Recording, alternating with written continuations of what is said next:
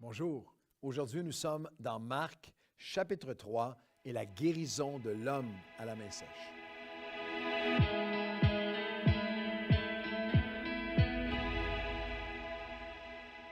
Bonjour à tous et bienvenue à votre café matinal, les 4 évangiles, chapitre par chapitre, un café matinal par chapitre. Les 28 premiers chapitres de Matthieu sont déjà là sur notre chaîne YouTube de l'Église Nouvelle Vie.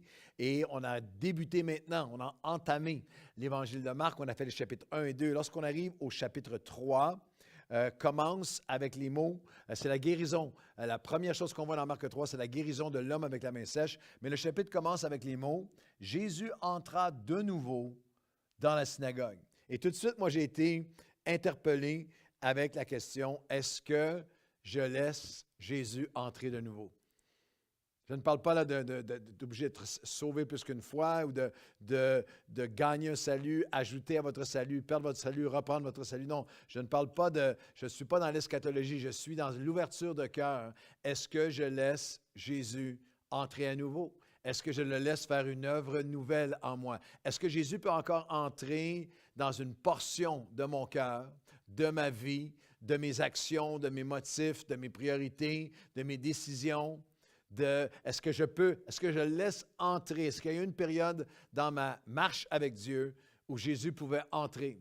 Vous savez, lorsque j'étais gamin, ma mère, maman monoparentale, ma mère travaillait énormément, pas toujours le temps de faire tout le ménage comme elle voulait. Puis il y avait certains placards où tout était, et si la visite entrait, c'était, n'allez pas là, on ne peut pas entrer là, c'est une zone de non-accès. Et nous pouvons avoir, nous aussi, des zones de non-accès dans nos cœurs. Où Seigneur prend tout, on chante les chants magnifiques d'offrande totale et absolue à Dieu, j'irai jusqu'au bout du monde. Amour infini, extravagant de Dieu. Mais ce placard-là, Seigneur, c'est une zone où tu ne peux pas entrer. C'est pas touche, c'est une zone interdite de non-accès dans mon cœur, dans une amertume, dans une blessure, dans une façon d'être, dans quelque chose que je retiens, dans une désobéissance face à Dieu qui demeure et qui dure. Alors, il y a cette question d'emblée dans Marc chapitre 3, alors que Jésus frappe à la porte de nos cœurs, est-ce que je suis prêt à le laisser entrer? Parce qu'on regarde à des textes, j'ai évoqué l'image de Jésus qui frappe à la porte, ça vient de l'Apocalypse chapitre 3, c'est très souvent utilisé comme verset pour faire un appel à ceux qui ne connaissent pas le Seigneur, laisse entrer Jésus dans ton cœur. Et bien qu'il y ait une certaine, je comprends le sens de cette invitation parce que Jésus veut entrer dans nos cœurs, veut prendre nos vies entières, mais dans l'Apocalypse chapitre 3, attention au texte hors contexte qui devient un prétexte, parce que dans Apocalypse chapitre 3 au verset 20, lorsqu'on retrouve ces mots, c'est Jésus qui dit, voici, Apocalypse 3, 20, je me tiens à la porte, je frappe, si quelqu'un entend ma voix et ouvre la porte, j'entrerai chez lui, je souperai avec lui et lui avec moi, que celui qui a une oreille entende ce que l'Esprit dit à l'Église. Ce n'est pas Jésus qui frappe à la porte du cœur de quelqu'un qui ne le connaît pas, c'est Jésus qui frappe à la porte de son Église qui ne laisse pas entrer. C'est Jésus qui frappe à la porte du cœur de chrétiens qui n'ont plus une oreille spirituelle pour entendre. Alors, Marc chapitre 3 commence avec Jésus qui nous demande, nous invite, nous demande, est-ce que tu es prêt à me laisser entrer de nouveau?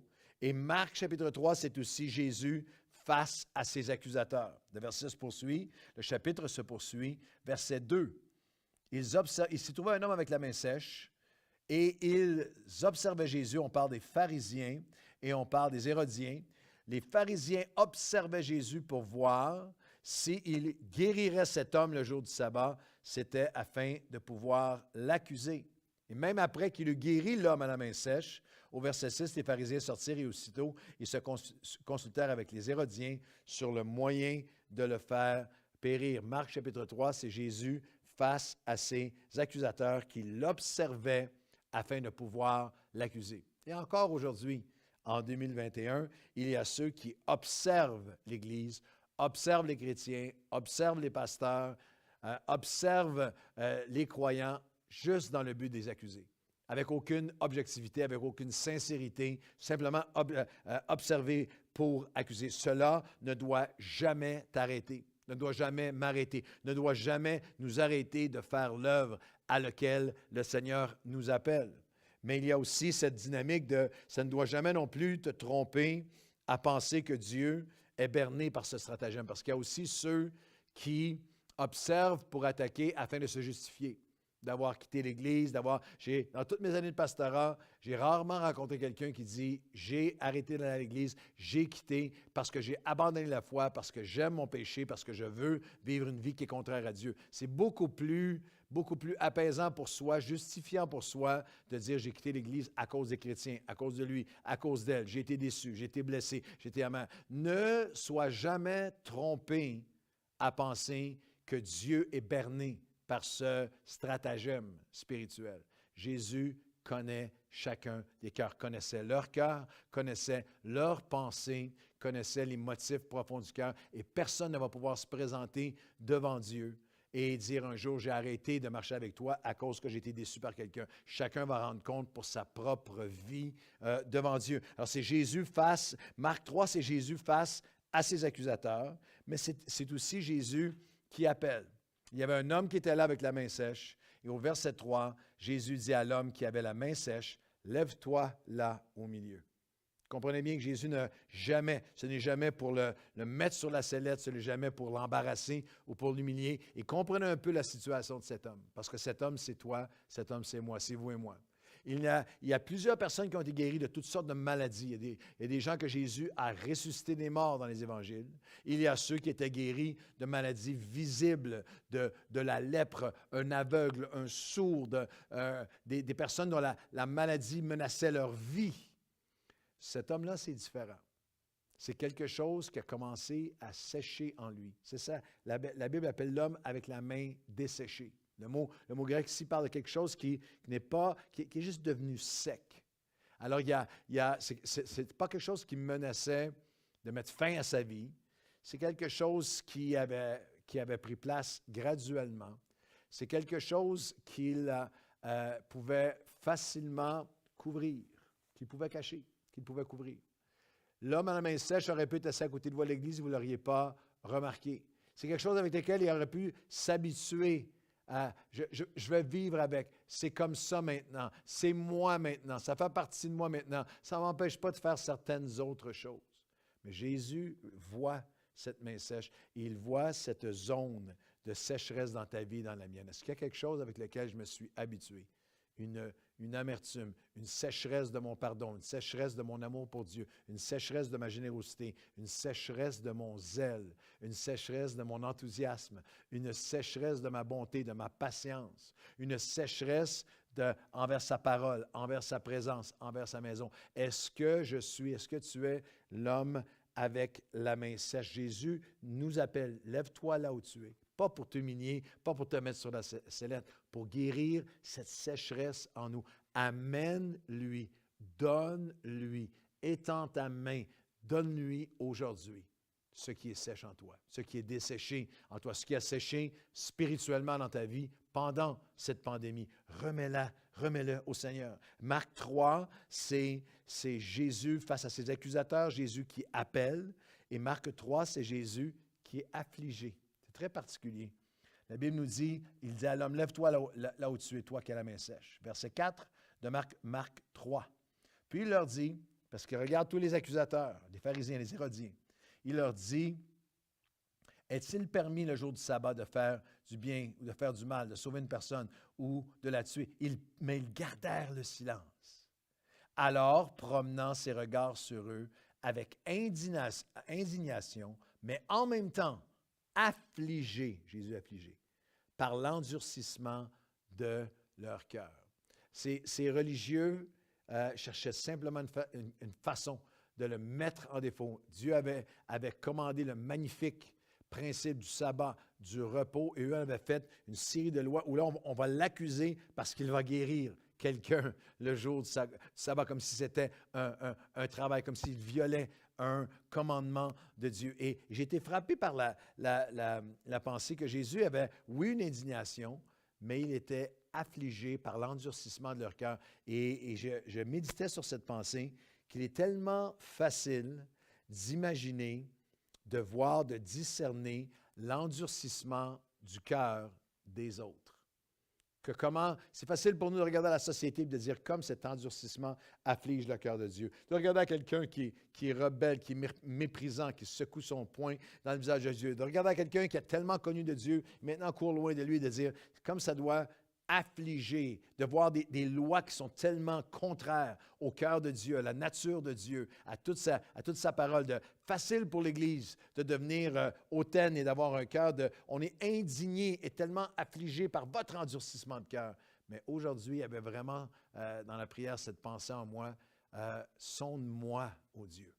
Est-ce que je suis capable est-ce qu'il y a une possibilité qu'il y ait des zones dans ma vie où moi, j'afflige le Seigneur par mon endurcissement, face à mon endurcissement à pardonner, mon endurcissement à me redonner à nouveau, à aimer à nouveau, à attendre de Dieu, à être patient envers l'œuvre de Dieu dans ma vie, à faire confiance, endurci face à témoigner, endurci face à quelqu'un qui est tellement résistant à la foi. Et il y a quelque chose en moi qui vous appelle, jusqu'à venir vous agenouiller à côté de moi aujourd'hui et dire, Seigneur, il y a quelque chose qui est desséché en moi, je veux te le remettre. Seigneur, s'il y a un endurcissement en moi qui t'a affligé, je viens avec toi aujourd'hui. Sonde-moi, ô Dieu, et connais mon cœur. Voici je suis sur une mauvaise voie et ramène-moi, conduis-moi dans le chemin de la vérité, dans le chemin de la vie. Marc chapitre 3, c'est Jésus face à ses accusateurs. C'est Jésus qui appelle cet homme à la main sèche. C'est Jésus qui est affligé par l'endurcissement des cœurs, mais c'est aussi Jésus qui agit et qui nous avertit. C'est Jésus qui agit. Mais, voyant l'endurcissement de leur cœur, il dit à l'homme, étends ta main. C'est ce qu'il t'a dit à toi, à moi aujourd'hui. Donne-moi ce qui fait mal. Donne-moi ce que tu crois qui ne peut plus être guéri. Donne-moi ce qui est sèche depuis trop longtemps. Donne-moi ce que personne d'autre ne voit, mais que toi, tu sais est desséché en toi. Donne-moi ce que tu t'es habitué à vivre avec ça. C'est maintenant, ça fait partie de moi. Non, je veux renouveler, je veux redonner la vie à chaque particule de ton être, à chaque partie de ton âme et de ton cœur envers moi. Étends ta main. Et il l'étendit, et sa main fut guérie. Marc 3, c'est Jésus qui guérit encore tout ce qui est sèche dans nos vies, qui agit encore et qui nous avertit. Qui nous avertit du danger, des dangers spirituels pour nous qui sommes appelés de Dieu, proches de lui, utilisés de lui, à laisser quelque chose de desséché en nous, à endurcir nos cœurs. Parce qu'après cette guérison, nous lisons dans le même chapitre 3, au verset 13, il monte sur une montagne, il appelle les 12 qu'il voulait, il les appelle à lui, ils vinrent tout près de lui, il les établit, il les utilise, il les envoie prêcher avec puissance. Il y a le nom des 12 et Marc chapitre 3 et le verset 19. Il y a toute la liste avec Simon et Pierre et Jacques et fils de Zébédée et Barthélemy et Matthieu et Thomas et Judas Iscariote. Jésus agit et nous donne un divin avertissement à toi et à moi. Judas avait permis à quelque chose de se dessécher dans son cœur et dans son âme, un poison de faire son œuvre. Il y a un Jésus qui agit et Jésus qui nous avertit. Judas avait endurci son cœur. Il n'y avait pas seulement dans ce chapitre les pharisiens et les hérodiens qui avaient endurci leur cœur. Il y avait un qui était tout près de Dieu, appelé de Dieu, au service de Dieu, que personne ne voyait, qui avait non seulement une main sèche, mais un cœur sèche, une foi sèche, une âme qui se desséchait. Alors, Marc 3, c'est Jésus qui agit, oui, mais qui nous avertit, n'endurcis pas ton cœur. N'endurcis pas ton cœur et laisse-moi, ne cache pas ce qui est sèche. Amène-le devant moi. Seigneur, aujourd'hui, merci que tu nous parles si puissamment. Merci, Seigneur, que encore aujourd'hui, nous sommes face aux accusateurs qui ne font qu'observer afin de dénigrer, d'abaisser. Cela ne nous arrêtera jamais de te servir. Nos yeux sont sur toi. Et cela ne nous servira jamais d'excuse. Que nous ne soyons jamais de ceux qui observent pour accuser, pour nous justifier. Non, nous nous offrons à toi. Et Seigneur, nous sommes saisis par la pensée que ce qui est sèche en nous, tu veux le guérir. Que tu es affligé par l'endurcissement des cœurs, mais que tu agis lorsque nous étendons ce qui est sèche et que nous te l'offrons. Et nous entendons un avertissement divin Nous ne serons pas de ceux qui endurcissent leur cœur. Nous ne serons pas de ceux qui se retirent, qui gardent ce qui est sèche, et qui en vient à amener cette sécheresse dans chaque partie de notre être devant toi. Tu dis encore aujourd'hui, lève-toi là où tu es, étends ta main, donne-moi ce qui est desséché, afin que je puisse le guérir. Dans le nom de Jésus. Amen et amen. Bonne journée à tous.